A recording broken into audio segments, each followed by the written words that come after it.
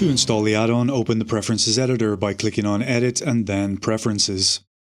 We'll come down to the add-ons section, and here in the top right, click on this downwards arrow and then click Install from Disk and browse to your downloaded zip file. Double-click the zip file to install or single-click to select and then click on Install from Disk. Finally, enable the add-on and the VAT Man panel will appear under the NNN tab in the End panel of your 3D view. At this point, we can click Update VAT Man and browse to our downloaded VAT Man blend file. And again, double-click to install or select the file and then click Update VAT Man, and the options of the panel will appear. And the next time you start a new blend file, you'll be presented with these two buttons. Clicking this button will directly import the nodes from the last location you used with no need to browse to the blend file. Or if you wish to import a new blend file, or if you've changed the location of your blend file, you can click on the folder icon to browse again. So I'm just going to click on Import the Nodes, and there are the options in my panel. Let's have a look at the VAT Man panel. We'll see at the top here we have options for the textures which will be created as a result of the VAT bake. We'll almost always need the displacement texture. We also have the option to create a normals texture, which will be necessary if you choose to export your VAT to a third-party engine like a game engine, for example. And the final option is to compress the pixels. Now this means that the outputted textures will be ping and will be smaller in size as compared to the standard EXR textures. EXR will give higher precision, and ping textures may actually present some problems if you import to Godot. Godot seems to want to treat all ping textures as 8-bit, so normal textures in 8-bit are not ideal, and this can create problems. So I recommend using EXR textures where possible. Immediately after that, we have the frame range for the animation. We can enter these numbers numerically. We can click and drag. They're standard numerical variables for Blender. And we also have these little buttons which we can click on to set the given variable to the current frame of the blend file. After that, we have the 4 different options for baking. We have the standard objects bake, then we got the particles bake, the morph bake, which can bake one object's shape and animation onto another object of different shape, but with identical vertex counts and polygon arrangements. And finally, merge, which allows us to join several VAT objects together into one single object and one single set of textures.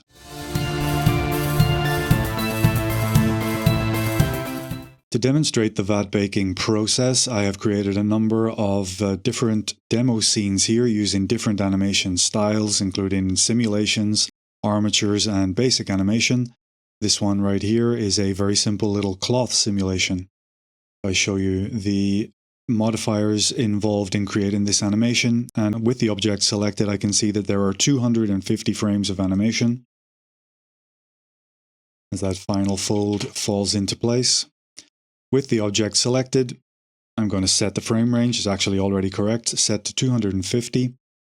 I'm not going to be exporting this animation, so I'm going to leave normals unchecked. I don't expect to have issues with this animation due to its length and the number of vertices involved, but just to be sure, I can click on Success Check, and down here at the bottom it'll tell me that 840,500 points represent 8.57% of recommended and should succeed, so I have plenty of room left in my VAT textures.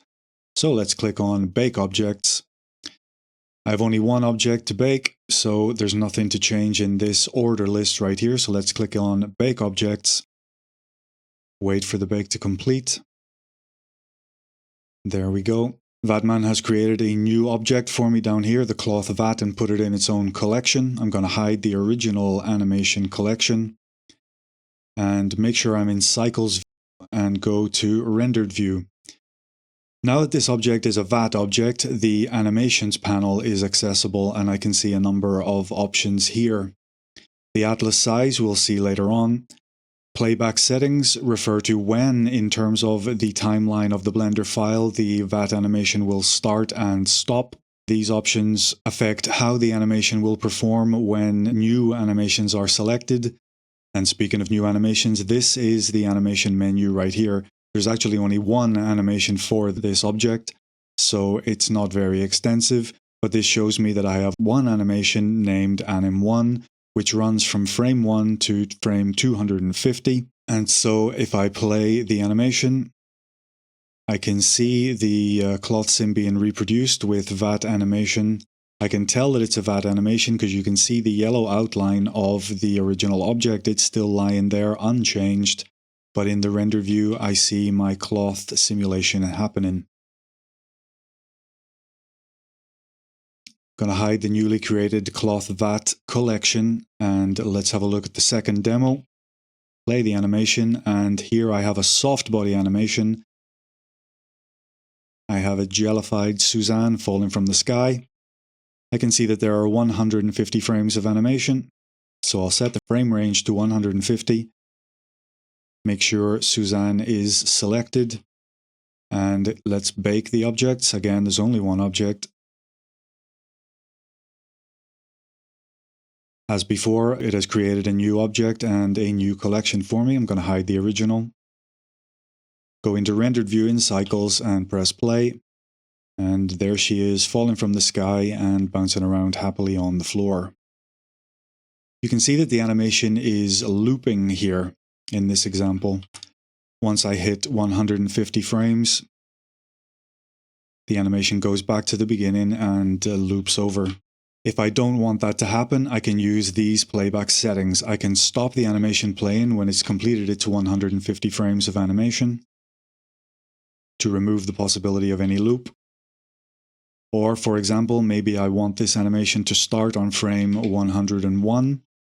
And so to complete the animation, this should end on 250. Let's see. Nothing happening yet. There's 101. The animation starts and should stop at 250. And indeed it does. The next demo animation is a little tree which uses the lattice deformation to create the animation. In this example, I have two separate objects, so I'm going to select both of these objects. The frame range for this animation is 100 frames. And let's click Bake. This time I see both of the objects listed here, and I can change the order if I wish. I can sort the list alphabetically, and I can also save the order of this list for future use. This will prove useful later when it comes time to merge VAT animations, as the order in which objects are selected affects the order of the vertices, which is of the utmost importance to baking VAT animations. For now, I'm just going to go ahead and bake this animation. I'll hide the original collection, and let's have a look at the VAT bake. There's the object, and there is the animation. Now you'll notice that the VAT Man has combined the two separate objects into one, and that the origin of that object has appeared where the 3D cursor was when I baked the animation. Let's have a look at another multi-object bake. Let me show you the animation here. We got two jelly cubes created with a soft body. That's the animation. I can see the animation is 150 frames. And again, I'm going to place the cursor at the world origin, so 0, 0, 0, because that's where I want the origin of my newly created VAT object to be. I'll select both of the cubes and bake them. There we go. I'll hide the original. And I can see that the origin of my newly created object is in fact right there where the cursor is. And let's check out the animation. Very nice indeed. I'm going to hide this newly created VAT scene, and actually all of the created VAT scenes, VAT collections, sorry, I'm going to mark them with a color so I can tell them apart. Mark them all as orange. And let's have a look at the next scene, which is this one. We have a little simply animated scene. These vehicles are animated along curves, and we have a road which is created for the most part actually through modifiers. If I turn on and off these modifiers, you'll see what the original actually looks like. The curve does a great deal of the work. The array also, and we have a mirror modifier. That's the actual geometry right there. And with all the modifiers active, we get the road. And the VAT Man will actually, when baked, give you a mesh which reflects the selected mesh in exactly the state it is when you click the bake button. including modifiers and constraints. With all of my objects selected, I'm going to click Bake, and this time we have several objects, and you can see how the order might come into play. If I want the road to be at the bottom of the list, for example, and the jumbo jet to be at the top, and if I think I may need to reuse this order for a future VAT bake of the exact same scene, I can save the order. I'm going to have to redo the order because I moused out of this window. So let's do that real quick. Bring the road to the bottom and the jumbo to the top, and let's save it. We'll save it as a new list, and I'll call it the road scene. Save the list. And the next time I need to bake this scene, this is the original unaltered order, I can load that order and the list will update to reflect that for me. Now let's click on Bake Objects. First, let's set the frame range, which is 150 frames, so that's already good to go. I'll load that order and bake the objects. Here we go. Let's hide the original, and I'll mark my newly created collection with the VAT color. Render view in cycles, and there is the animation. Only visible in rendered view. And as you can see, all the modifiers have been applied to the road, and the cars and the jet start exactly where they were when I clicked on Bake.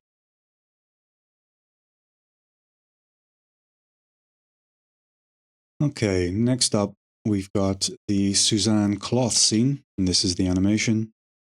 As you can see, the cloth is animated, but Suzanne is not. So while I can include both of these objects in the bake, it's something of a waste of space because Suzanne is not animated, so it will dedicate space in the VAT textures to her rather uselessly.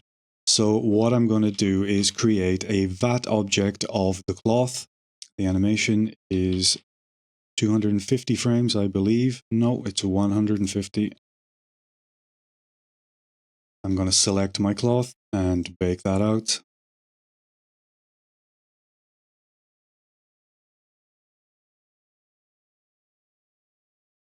As per usual, this has created a new VAT collection for me. So I'm going to temporarily hide that to avoid confusion. I'm going to hide the cloth in the original collection, and I'm going to duplicate the Suzanne objects and move those duplicates to my newly created cloth VAT collection. Hide the original collection, and let's go back to the VAT collection. I'm going to hide the cloth again. And now I'm going to remove the modifiers and physics objects from these Suzanne objects. I'm going to join them into a single object. And now I'm going to select the Suzanne object and then the VAT cloth object. And again, Control and J to join them all together into a single object, which when animated still gives me my cloth simulation. And Suzanne is there untouched. One material for the cloth VAT and one material for Suzanne. And this object is good to go, ready to be exported or reused as you see fit.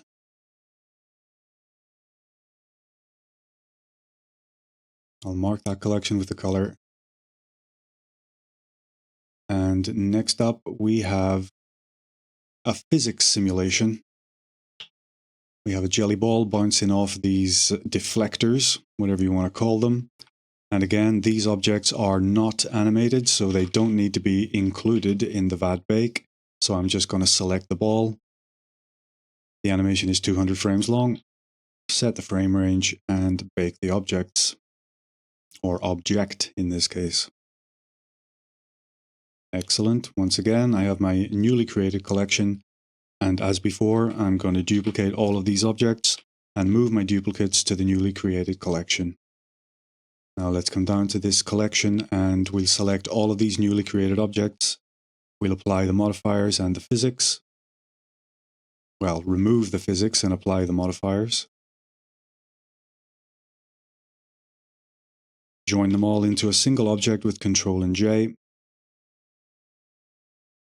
And then join the reflectors and the ball into a single object. as before, and there we go.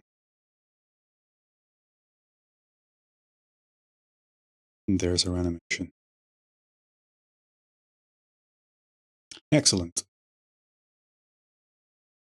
The next demonstration is a physics-based fracture demonstration. We have a glass Suzanne falls from the sky and shatters into hundreds of pieces on the floor. Now for this demonstration, I have a number of different objects. I have one complete Suzanne who appears at the beginning, but then as soon as contact is made with the floor, that model is scaled to 0 and replaced by several smaller fractured pieces. They all use the same material, so I can use Shift and L and select linked materials to select all those objects. Let me just make sure I've got them all. I go back along the timeline. I have the original Suzanne, and I have all the fractured pieces selected, so I'm ready to go. Let's just check the frame range for this animation. I believe it to be 250 frames. Indeed it is. So we'll set that 250 and we'll begin from frame 1. Now then, I'm going to sort the objects alphabetically and bake.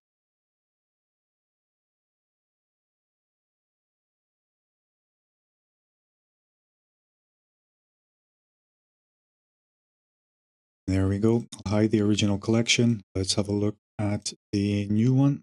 Rendered view, press play. And we're ready to go. As before, this is one single object, one single material, and the object has its animation baked into that material.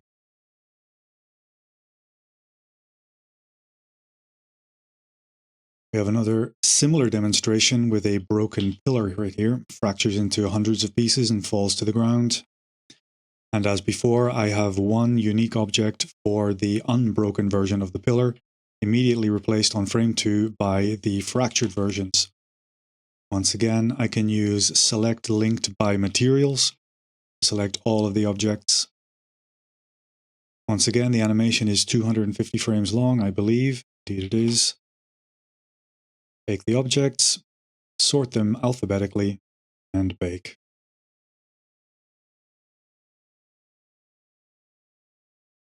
Okay, let's have a look at our VAT object and the animation. Very, very nice. As before, it's a single object with two materials, one for the external wall and one for the interior. But both of those materials use the same VAT textures.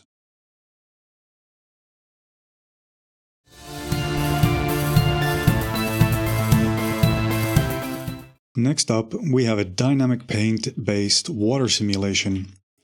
Here we have Suzanne scooting around in the water and creating waves. Now there are a couple of things that I need to pay attention to in this animation. The first is that the material for the water uses the origin to create the color effects. So I need to be sure to create the origin of my VAT object at the same point. So I'll set the cursor to the origin point of that plane. The second is that I want to make this animation loop. So I have created two iterations of the animation, and in order to create a perfect loop, I'm going to start the VAT bake from halfway through the entire animation, so at the beginning of the second loop, and this will incorporate into the animation the residual waves from the previous frames of the first iteration of the animation. So I'll select Susie, I'll select the water plane, and I'll set the start frame to 151 and the end to 300. Bake the object. The order doesn't matter, so let's just go ahead with the baking. All done. Let's have a look at our result. The color looks good, and the loop is absolutely perfect. Again, one single object, two materials, ready to be exported.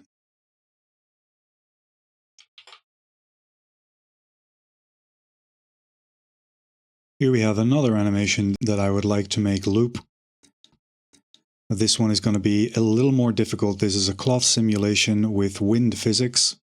And like the previous animation, I have two repetitions of this animation, each one lasting 150 frames. Now I can't make a perfect loop just using the physics system. The beginning and end frames are similar but not identical, unfortunately. Luckily enough, the VAT Man has some features built in to help me create a looping animation. So I'm going to bake both iterations of the animation to VAT and then use the VAT Man to trim out one of the iterations which won't be so useful and blend selected frames of the animation together to help create the loop. So first I'll set my cursor back to the world origin and I'll set the start frame to 1, the end frame of 300. That's correct. Select the curtain and let's bake both iterations of that animation. Okay, let's have a look at our VAT animation. It's looking good. With my object selected, I can come down to the animation section and let's have a look at the loop settings. Now here I have some options. First of all, blend at start or blend at end, and then the number of frames which I'm going to blend together. Now the way this works is the VAT Man will assume that there are 2 iterations of the animation, and if I choose to blend at end, what's going to happen is it's going to return the second iteration of the animation, and it's going to take this number of frames from just before the beginning of that section and apply it to the end of the section that it's going to return to me, which will create a perfect loop. Let's see how we do with 75 frames. I'm going to choose blend at end, so I'm going to get the second half of that animation. Let's see how it goes. Multi-frame blend, click, and it's already done. No processing required. Now let's have a look. Pay attention down here to see how well this loops. It looks pretty good.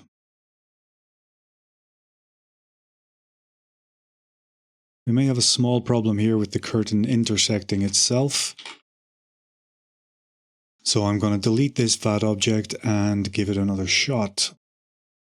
Once again, from frame 1 to frame 300, bake the objects.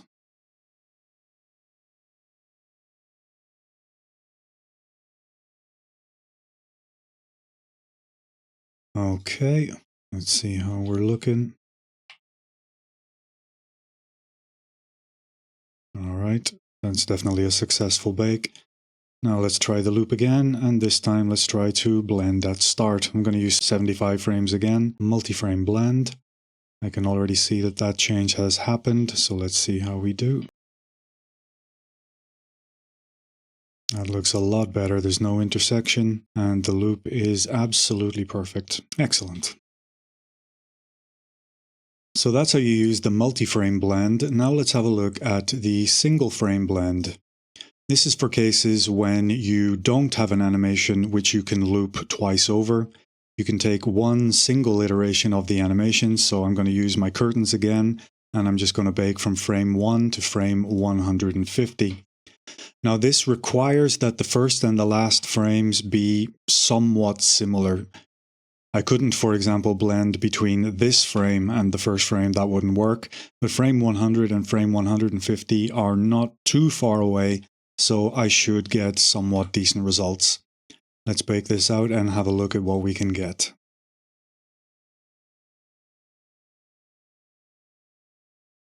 Okay, it will have put the newly created VAT object in the same curtain VAT collection, so I'm just going to hide the previous version. And here is our newer one with 150 frames of animation. Let's have a look at the looping. As before, the blend and start and blend at end options are valid, as are the frame numbers. But the difference is, if I choose to blend at start, the VAT Man will take the final frame of the animation and blend it over the beginning frames to this number of frames. Alternatively, blend at end will take the first frame and blend it over the end of the animation in order to make it loop. So I'm going to choose blend at end. I'll use about 35 frames. And let's see what we get with a single frame blend.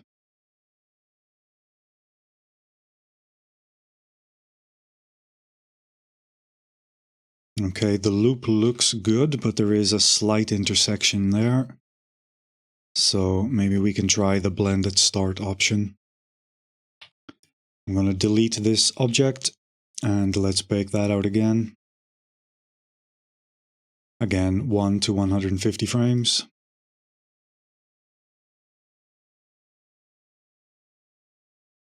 Okay.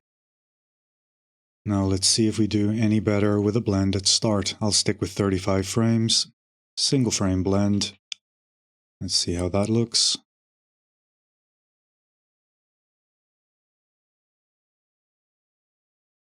Again, a perfect loop. Something of an intersection going on at the bottom here, possibly.